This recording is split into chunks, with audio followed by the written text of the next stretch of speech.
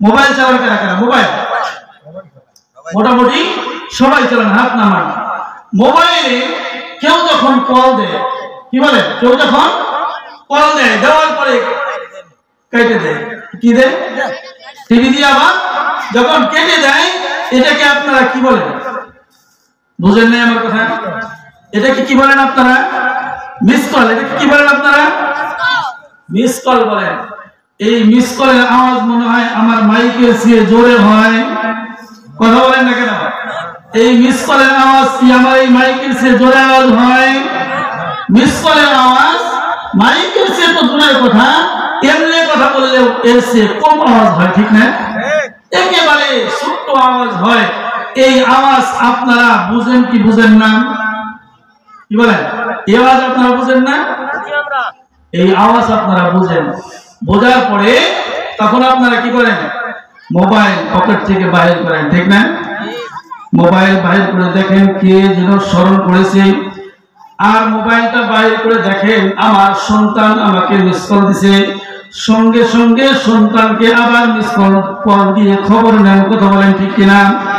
যদি ওই মোবাইলটা বাইর করে দেখেন সন্তান দেখে আমার বাবা আমাকে মিস কল দিছে, সন্তান তখন মোবাইলটা বাইর করে আবার আব্বাকে কল দিয়ে আব্বার খোঁজ খবর নেয়, কথা বলেন ঠিক কিনা? এরকম ভাবে দুনিয়ার মধ্যে যত মানুষ মোবাইল চালায় আর এরকম ভাবে মিস কল হয়, মিস কলের অতি উত্তরে তারা আবার কল করে খবর নেয়, কথা বলেন ঠিক কিনা? আমি বুঝাইতে চাই বন্ধু মুসলমান, এই দুনিয়ায় ছোট্ট একটা মিস কলের আওয়াজ পাওয়ার সঙ্গে সঙ্গে সঙ্গে সঙ্গে টাকা না থাকলেও সংগ্রহ করি, কথা বলেন ঠিক কিনা? সংগ্রহ করে সঙ্গে সঙ্গে স্ত্রীর খবর নেই, স্বামীর খবর নেই, সন্তানের খবর নেই। কিন্তু বন্ধু মুসলমান, প্রত্যেকদিন আল্লাহ রাব্বুল আলামিনের পক্ষ থেকে একটা বাণী আজকে এই যে মসজিদের মাহফিল, এই মসজিদ থেকে প্রত্যেকদিন 4-4টা হরেন দিয়ে 5 বার করে মিস কল দেয়, কথা বলেন ঠিক কিনা? 4-4টা হরেন দিয়ে 5 বার করে প্রত্যেকদিন মিস কল দেয়। কিন্তু এই মিস কলের সারা দিয়ে আমরা কয়দিন মসজিদে গেছি, কথা বলেন?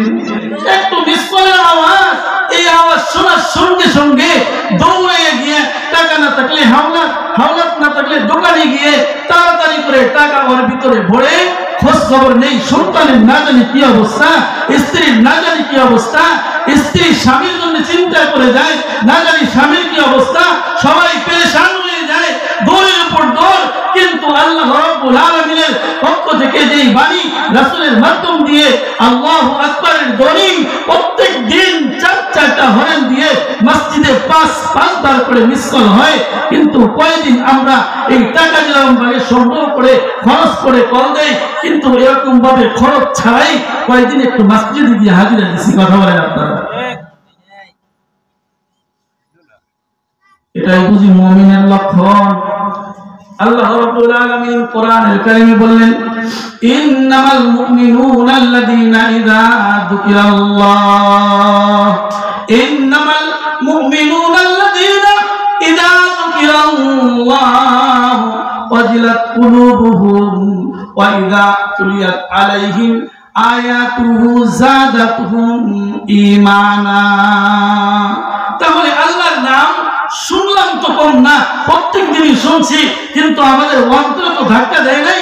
বুঝতে হবে আমরা এখনো পর্যন্ত খাঁটি মুমিন হতে পারিনি, কথা বলেন ঠিক কিনা?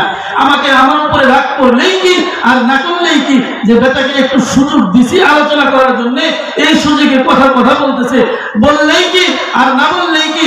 আল্লাহ যদি বলেন যে হ্যাঁ তোমাকে আমি মাফ করে দিয়েছি, তাহলে তো বেঁচে গেলাম। আর আল্লাহ যদি বলে তোমার খাতায় নাম নাই, তাহলে তো মুসিবত, কথা বলেন ঠিক কিনা? এই জন্য আপনাদেরকে আমি শুধু গোসার জন্য না, নারাজ হয়ে বলছি না, শুধু সতর্ক করে দিচ্ছি।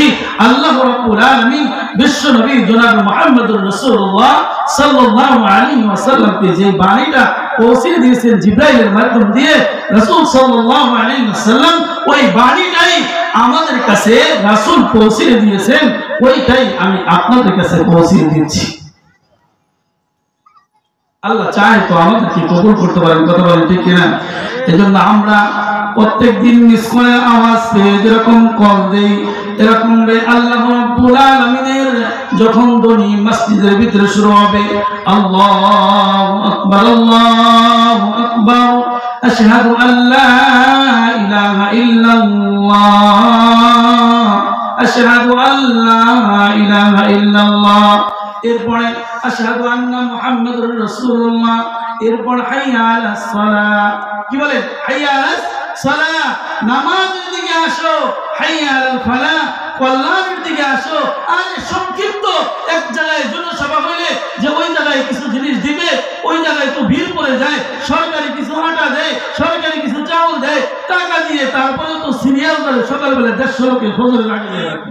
9টার সময় দিবে, আমি ফজরের নামাজে যখন বাসার থেকে মসজিদের দিকে যাই তখন দেখি লাইন ধরে দাঁড়ায় আছে, তখন দেখি লাইন ধরে দাঁড়িয়ে আছে। এখানে কি লাইন ধরতে হয়? কথা বলেন, কোনো লাইন ধরতে হয় না। শুধু গেলেই জায়গা পেয়ে যাবেন, গেলেই জায়গা পেয়ে যাবেন, যেখানে জায়গা পাবেন ওখানেই দাঁড়িয়ে নামাজটা আদায় করে নেবেন। আল্লাহ বলেন যে রাসূল খুশি হয়ে গেছে, আমিও খুশি, আমি ওদেরকে মাফ করে দিলাম। সুবহানাল্লাহ। এজন্য আমাদেরকে মসজিদে যখন আওয়াজ হবে, আল্লাহু আকবারের ধ্বনি হবে, আমাদের আর ঘরে বসে থাকা যাবে না। কথা বলেন ঠিক কিনা? আজকে থেকে আমরা অন্তরের ভিতরে চিন্তা ফিকির করব যে আল্লাহ, আজকে থেকে আর আপনার ধ্বনি যখন হব তখন আর আমরা ঘরে থাকবো না, আমরা আযান শোনার সঙ্গে সঙ্গে মসজিদে গিয়ে হাজিরা দিব।